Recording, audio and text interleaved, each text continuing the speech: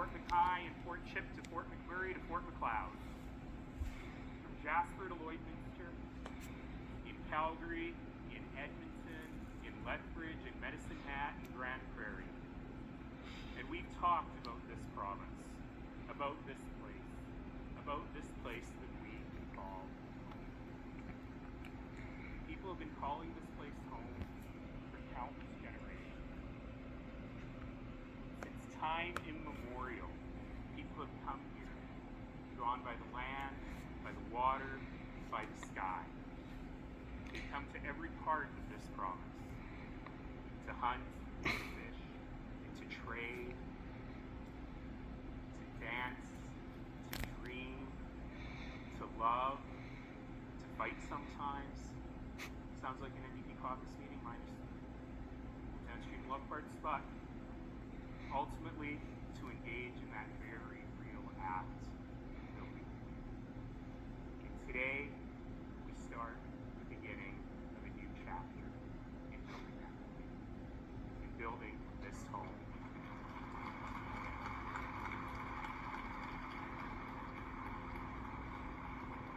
So a few nights ago, my sister, who's sitting in the front row here, came over to my place. And she looked at the place and said, "This is the messiest I have ever seen your house. You cannot live like this." And I thought about it a little bit. And I thought, you know what? It is messy. And it's not perfect. In my defense, I've been a little busy. But it's home. And I've been thinking a lot about home. I was lucky enough to choose this province as my home twice. Once I was 18 months old, and I did my research and made the case and convinced my parents that the future was in the West. And we packed all of our belongings up into a 1973 Dodge Dart and moved across the country. Now my mother says that in fact I'm telling that story wrong and that my drinking book was not in fact all that compelling, mostly in crayon. But we made a home here. Whether in a small house in northeast Calgary, a motel room in Red Deer County, we made home here. Later, just before I turned 30, after living and working all around the world, I chose to come home and to make my home here one more time forever. Because Alberta has always been home. And it became a home for a poor immigrant family from Africa, as it has become a home for people who have been here for thousands of generations, as we continue to build a home for people who arrived here last week. So 5 months ago, I was living a really good life. At home.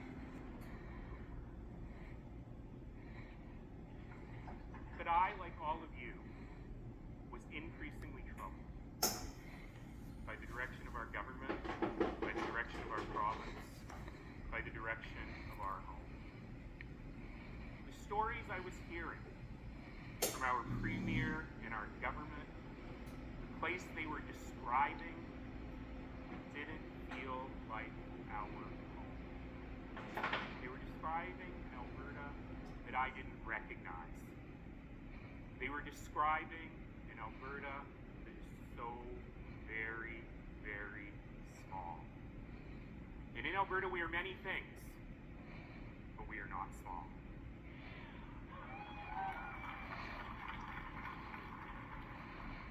They were describing an Alberta where everyone is against us. An Alberta where we need to fight outsiders all the time. An Alberta where we should be scared of change instead of embracing and leading the future. That is not Alberta. Alberta is not small. Alberta is not small-minded. Because as we all know, it is impossible to think small under a sky that big.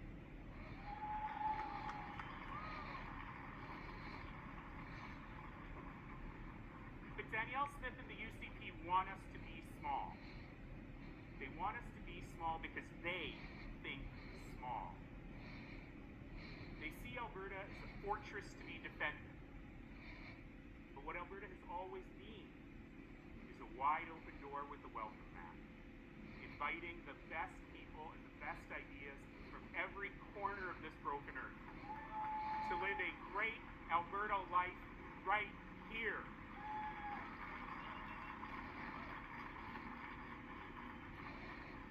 You know, Danielle Smith recently said, in her way as she is, she gets carried away sometimes, and she claimed to be the most, I have to get this quote right, the most freedom-loving politician in Canada.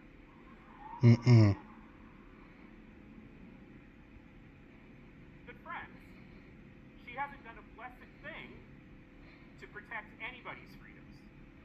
In fact, what she does is she systematically takes them away.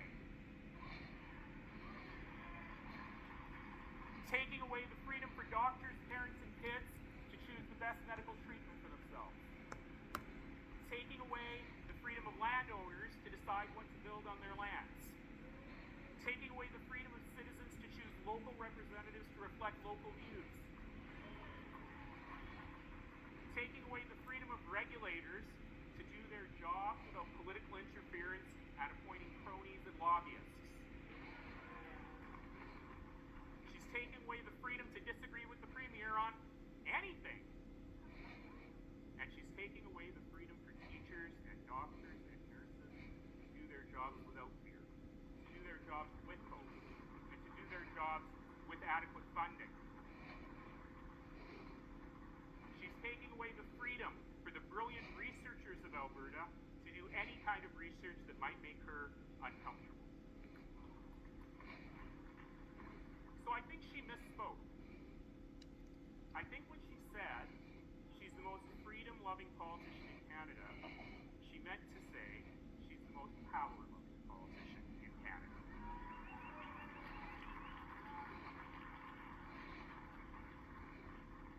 But Albertans have shown over and over and over and over and over again, we have shown that we are better than our Premier, that we are better than her government. And this extraordinary movement that we've created together is an example of what is possible when you stop thinking small and you start dreaming big.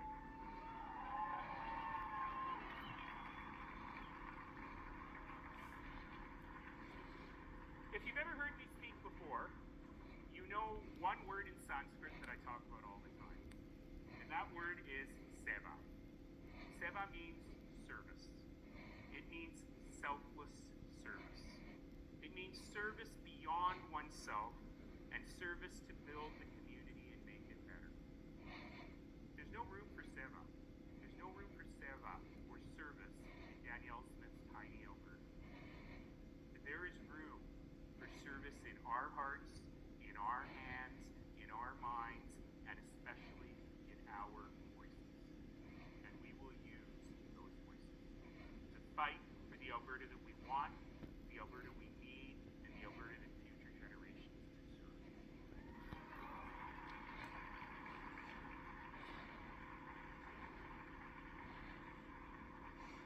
So you've heard that number many times today.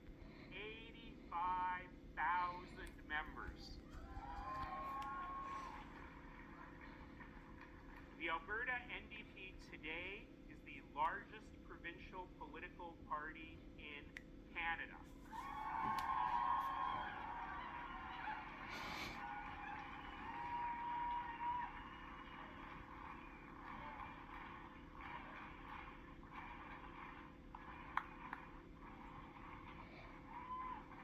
Now, I'm going to be self-indulgent for 1 second though. Just one. Just before I got on stage, I was told that that number that you heard is, in fact, the largest number of votes for any provincial party leader in Canadian history.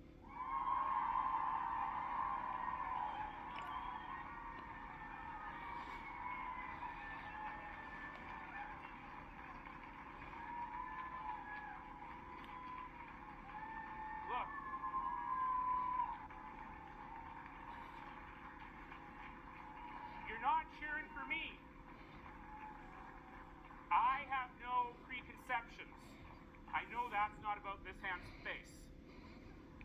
But what I know that's about is the need for every one of us to make a statement about our movement. The other important number that I want to share with you is the number you heard right at the end, and I think it might have slipped by because you were getting a lot of numbers when Amanda was saying it. Did you hear what the voter turnout number was in this election? So let me tell you something. Most leadership races, for example, the recent Ontario Liberal leadership race got about 30%. Our friends across the aisle and their leadership got between 50 and 60%. No one has ever heard of an 85% voter turnout in a leadership race before. And what that means is that all of you and all the people watching online and all of our friends and neighbors who took out a membership are here to stay. We're here to stay, and we're here to continue building this movement together forever. So what does that look like? What do we do now with this movement?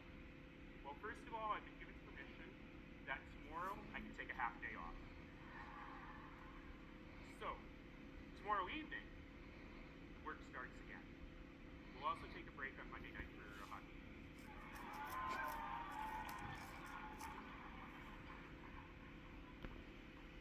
Actually, we will not take a night off on Monday for hockey, because this is precisely what we need to do now. In one of the recent events, I think it was at the Calgary debate, a young man came up to me, and he said something I hear every day: I've never joined a political party before. And then he kept going, and he said, so now you have to make it worth my while. And I said, what do you mean by that? And he said, listen, it was a big decision for me to join a political party. It was a big decision for me to identify myself with this group. And now I need your help. And now that you've got me, stop me. So he lives in the community of Cranston in southeast Calgary. And he said, my job is to talk to my neighbors. My job is to go door to door, block by block, street by street. And over the next 3 years, my job is to put Cranston to the NDP. And when I'm done, he said, when I'm done, my job is to go door by door, street by street, block by block, next door in Mahogany. And that is exactly how we need to be thinking now.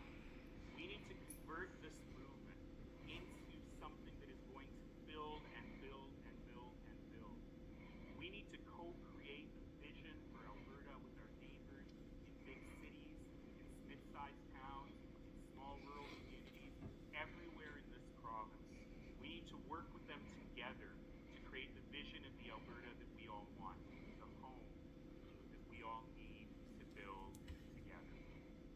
And friends, that's our job. That's our work. So even at that hockey game, I want you to watch it in community. I want you to watch it with friends and neighbors. And during the stoppages in play, just like last night, Rachel, they had big plans last night for those who couldn't come to the gala, which is Rachel was going to speak in the intermissions. Rachel and I have many, many things in common. I'm a little bit taller than she is. But one of the things that we really have in common is, are you seriously kidding me? You want me to speak during the intermission and you think I'll speak that long? But these are the conversations we need to continue having with Albertans, with all of our neighbors. Yes, we need to build the party infrastructure. Yes, we need to build on the magnificent work we've already done to help Albertans, our neighbors, see ourselves as an alternative. We need to do more, empowering leaders within our movement, working with volunteers in every corner of our movement, ensuring that we are not just building the campaign-ready machine, but ensuring that as we move forward, that NDP victory in 2027 becomes inevitable. People see us as the government coming. It will not be easy at all. We are going against a well-funded, a well-oiled political machine on the other side. We're going against a machine that, unlike us, is not based on values and ethics and morals and what is best for the province. Because remember, friends, winning that election in 2027, inshallah, you always hear me say, winning that election in 2027 is not the end result. It is the means. That's what makes us different than our opponents. For them, winning